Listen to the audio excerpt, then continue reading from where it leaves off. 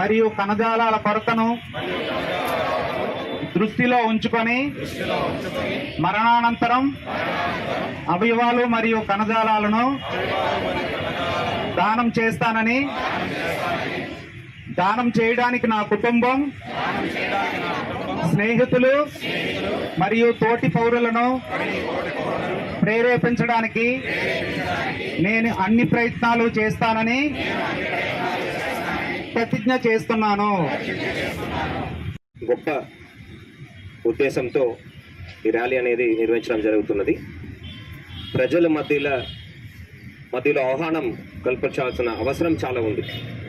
చాలామందికి దీనివల్ల ఒక ప్రాణాన్ని పోషించే అవకాశం ఉంది అని తెలుస్తూ కూడా వాళ్ళు ముందుకు రావడం లేదు. ఎందుకంటే వాళ్ళు కొన్ని అభియోగాలు ఉన్నాయి. ఇది కరెక్ట్గా జరుగుతాయా, సరైన వ్యక్తికి మనము ఆర్గన్ చేర్చగలమా, అదేవిధంగా దీనివల్ల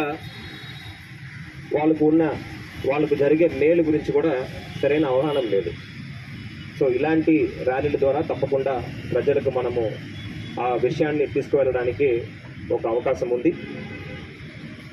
ఆర్గన్ డొనేషన్ అనేది మన రాష్ట్రంలో తీసుకుంటే గత 5 ఏళ్ళలో దాదాపు 900 చేశాము. 923 దాకా మనము చేయడం జరిగింది. కానీ 900 అనేది చాలా చాలా తక్కువ. 90,000 మందికి అవసరం ఉంటే కేవలం 900 మనం చేయగలిగాము.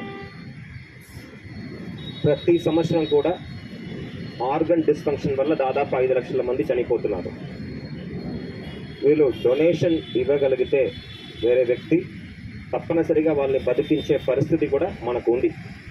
ఆ అవయవ మార్పిడి చేసే హాస్పిటల్స్ కూడా ప్రభుత్వ రంగంలోనూ ఉన్నాయి, ప్రైవేట్ రంగంలో ఉన్నాయి. ప్రాబ్లం ఎక్కడ ఉంది అంటే డోనర్స్ ముందుకు రాకపోవడం. డోనర్స్ ఎక్కువగా ముందుకు వస్తే ఈ పరిస్థితి మారుతుంది. అంతేకాకుండా దీని గురించి ప్రత్యేకంగా మనము జీవన్ దాన్ అనే ఒక సంస్థ ఏర్పాటు చేయడం జరిగింది. దాని ద్వారానే ఈ రిజిస్ట్రేషన్స్ అన్నీ కూడా ఎవరికి అవసరం ఉందో వాటికి సంబంధించిన రిజిస్ట్రేషన్స్ అన్నీ కూడా జరుగుతున్నాయి. ఎటువంటి ఇబ్బందులు లేకుండా, లోపాలు లేకుండా దాంట్లో ప్రయారిటీ బేసిస్ మీదే మనము ఈ ఆర్గన్ ట్రాన్స్ప్లాంట్ అనేది ముందుకు చేస్తూ వెళ్తున్నాము.